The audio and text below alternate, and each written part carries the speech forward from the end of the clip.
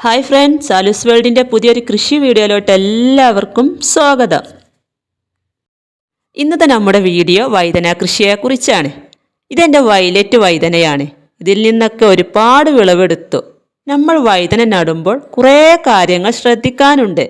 കാരണം കുറേ രോഗകീടബാധകൾ ഏൽക്കുന്ന ഒന്നാണ് നമ്മുടെ വഴുതന.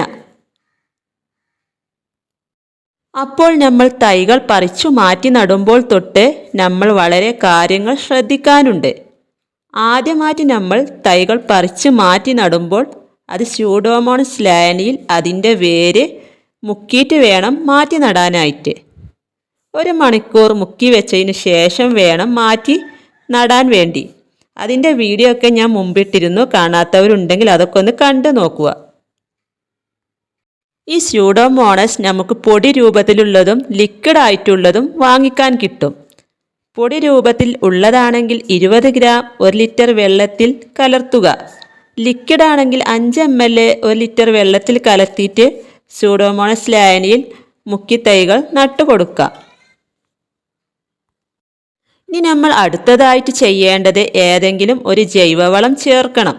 ചാണകപ്പൊടിയോ ആട്ടിൻ കാഷ്ടമോ അതല്ലെങ്കിൽ കോഴിവളമോ മണ്ണിര കമ്പോസ്റ്റോ ഇതിലേതെങ്കിലും ചേർത്ത് കൊടുത്തിട്ട് നമുക്ക് തൈകൾ നട്ടു കൊടുക്കാം.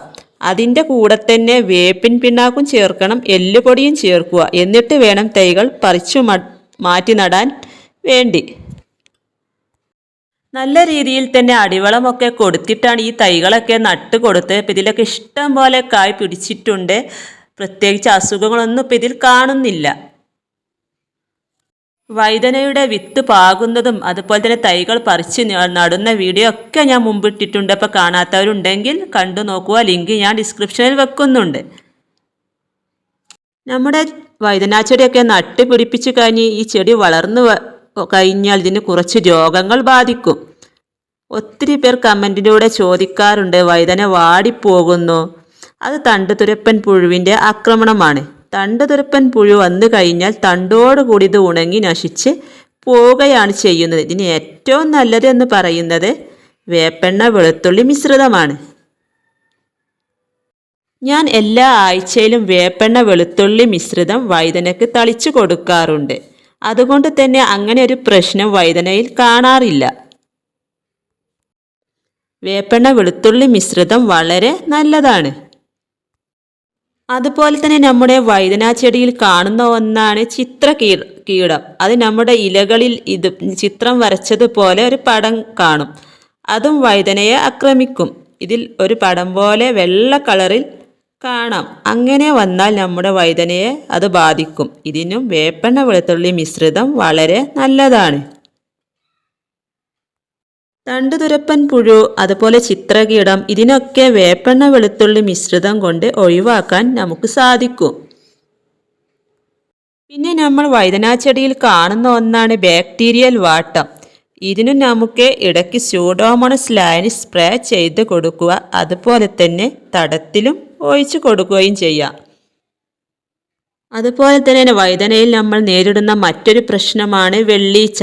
വെള്ളീച്ചയുടെ ശല്യം കാരണം ഇതിൻ്റെ പുറത്ത് മുഴുവനും വെള്ളീച്ച വന്നിരിക്കും. ചെറിയ ചെറിയ വെളുത്ത പ്രാണികൾ അത് വന്നാലും ഇലകളൊക്കെ വാടിപ്പോവും. ഇതിന് നമുക്ക് ചെയ്യാൻ പറ്റുന്നത് നമ്മുടെ അടുക്കളയിലുള്ള നമ്മൾ വെറുതെ കളയുന്ന കഞ്ഞിവെള്ളം സ്പ്രേ ചെയ്ത് കൊടുക്കുക. കഞ്ഞിവെള്ളം നേർപ്പിച്ചതിന് ശേഷം വേണം സ്പ്രേ ചെയ്ത് കൊടുക്കാൻ. വഴുതന ചെടിയുടെ ഇലകളിലൊക്കെ മൊത്തം ആവുന്ന രീതിയിൽ കൈ വച്ച് തളിച്ചു കൊടുത്താലും മതി. അതേപോലെ തന്നെ നമുക്ക് ചെയ്യാൻ പറ്റുന്ന ഒന്നാണ് ഇത്. കണ്ടോ, ഇത് വേപ്പിൻ പിണ്ണാക്കാണ്. കൃഷി ചെയ്യുന്ന എല്ലാവരുടെയും വീട്ടിൽ വേപ്പിൻ പിണ്ണാക്ക് ഉണ്ടാകും. ഇത് ഞാൻ ഒരു പിടി ഇവിടെ എടുത്തു വെച്ചിട്ടുണ്ട്. ഇതിലോട്ട് നിറയെ വെള്ളം ഒഴിച്ച് നമ്മൾ നല്ല പോലെ ഇത് കുതിരാനായിട്ട് വെക്കുക. എന്നിട്ട് അതിൻ്റെ തെളിയെടുത്ത് നമുക്ക് ചെടിയുടെ തണ്ടിലും ഇലയിലും മൊത്തം തളിച്ചു കൊടുക്കാം. ഇത് നമ്മൾ വെള്ളം ഒഴിച്ച് ഒരു 2-3 മണിക്കൂർ വെച്ചാൽ തന്നെ നല്ലപോലെ കുതിർന്ന് കിട്ടും. എന്നിട്ട് നമുക്ക് നേർപ്പിച്ചിട്ട് വേണം ഇത് തടത്തിലും അതുപോലെ ഇലകളിലും സ്പ്രേ ചെയ്യാൻ. അതേപോലെ തന്നെ ഈ വേപ്പെണ്ണ വെളുത്തുള്ളി മിശ്രിതവും നമുക്ക് സ്പ്രേ ചെയ്ത് കൊടുക്കാം. ഇങ്ങനെ ചെയ്തു കൊടുത്താൽ കീടബാധകൾ വെള്ളീച്ചയുടെ ശല്യം ഒട്ടും തന്നെ ഉണ്ടാവില്ല. വഴുതനയെ ബാധിക്കുന്ന ഒട്ടുമിക്ക രോഗങ്ങൾക്കും നമുക്ക് ഏറ്റവും ഫലപ്രദമായ ഒന്നാണ് എന്ന് തന്നെ പറയാം ഈ വേപ്പിൻ പിണ്ണാക്ക്.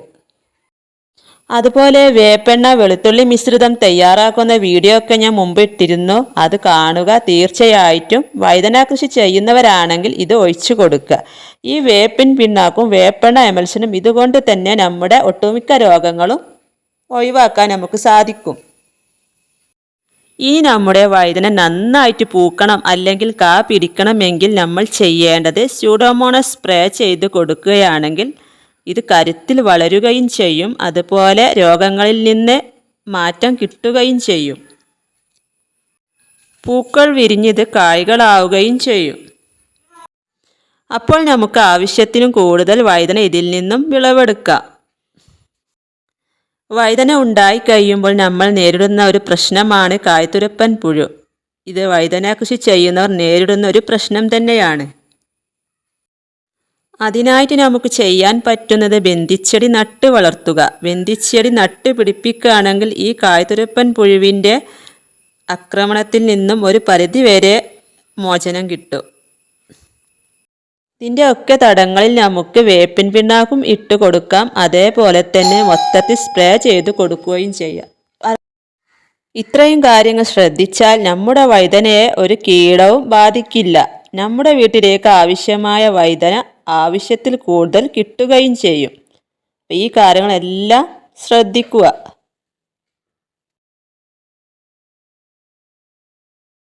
അപ്പോൾ അതാ ഇവിടെ കുറച്ച് വഴുതന വിളവെടുക്കാനായിട്ടുണ്ട്. അത് നമുക്ക് എടുക്കാം. ഇതൊക്കെ ഞാൻ ടെറസിൽ ഗ്രോ ബാഗിലാണ് നട്ടു കൊടുത്തിട്ടുള്ളത്. നല്ല രീതിയിൽ തന്നെ ഇതിൽ നിന്നൊക്കെ വിളവും കിട്ടുന്നുണ്ട്. ഒരുപാടൊന്നും വേണ്ട. ഒരു 4 മൂട് വഴുതനയൊക്കെ ഉണ്ടായാൽ തന്നെ നമ്മുടെ ആവശ്യത്തിനും അതിലപ്പുറവും നമുക്കിതിൽ നിന്ന് വിളവെടുക്കാനായിട്ട് സാധിക്കും. ഇത് കണ്ടോ, ഇത്രയും ഞാൻ ഇതിൽ നിന്ന് ഇപ്പോൾ എടുത്തതാണ് കേട്ടോ. ഇത് മതി ഇന്നത്തേക്കുള്ളത്. അപ്പോൾ ഇതുപോലെയൊക്കെ എല്ലാവരും കൃഷി ചെയ്യുക. പ്രതിരോധ മാർഗങ്ങളൊക്കെ ചെയ്യുക. നിങ്ങൾക്കും ഇഷ്ടം പോലെ വഴുതന വിളവെടുക്കാനായിട്ട് സാധിക്കും. അപ്പോൾ ഇന്നത്തെ വീഡിയോ നിങ്ങൾക്ക് ഇഷ്ടമായ ലൈക്ക് ചെയ്യാനും ഷെയർ ചെയ്യാനും കമൻറ്റ് ചെയ്യാനും മറക്കരുത്. ചാനൽ ആദ്യമായിട്ട് കാണുന്നവരുണ്ടെങ്കിൽ ചാനലൊന്ന് സബ്സ്ക്രൈബും കൂടി ചെയ്യുക.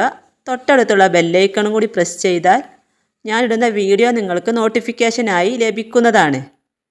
ഫേസ്ബുക്കിലാണ് നിങ്ങളെൻ്റെ വീഡിയോ കാണുന്നതെങ്കിൽ പേജ് ഫോളോ ചെയ്യാനും മറക്കരുത്. അടുത്ത പുതിയൊരു വീഡിയോ ആയിട്ട് വരുന്നത് വരെ വീണ്ടും കാണാം.